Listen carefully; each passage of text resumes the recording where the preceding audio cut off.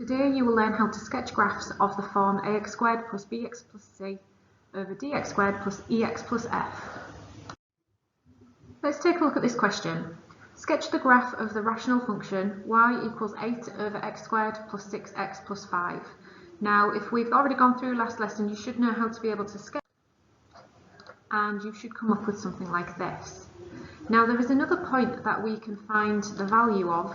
If you notice this point here, this is a stationary point, and we can work out the coordinates of this point by drawing a tangent through this point here.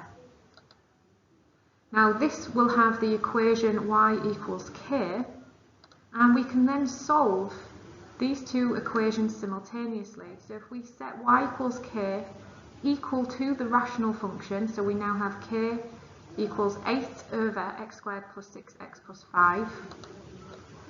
If we start to rearrange this and multiply out the left hand side, move the 8 across to the right hand side, we can then have a look at the discriminant of this quadratic.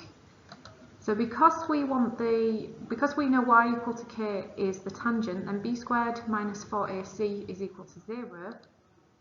And so if we look at those values of the b, the a and the c and substitute them into that formula, we can then solve this new quadratic.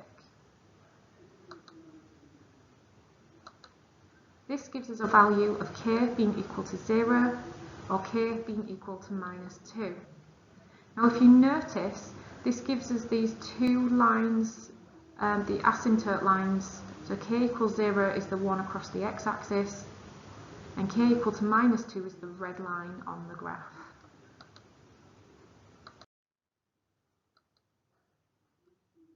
Okay, so we're going to ignore the k equal to 0 in this case, and the solution to our point here is when k is equal to minus 2. So this is the y ordinate of the stationary point. We then need to work out the value of the x coordinate, and we do this by substituting back into that equation the value k equal to minus 2, and then we can solve this equation to get x equal to minus 3.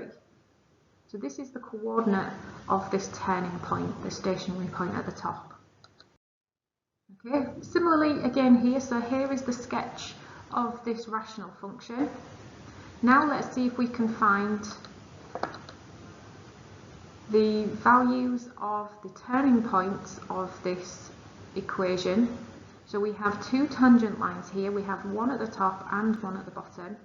So I've replaced y in the function with k, and we're going to solve this by rearranging and multiplying through and getting it all set equal to 0. Then we use the b squared minus 4ac equal to 0 again, as the y equal k is the tangent to this graph. And if we use the values of a, b and c again, we end up with an equation that we can then solve.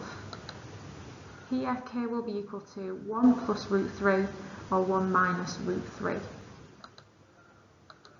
Now this gives us y equal to each of these points along this line. Please turn to page 92 and complete exercise 4D.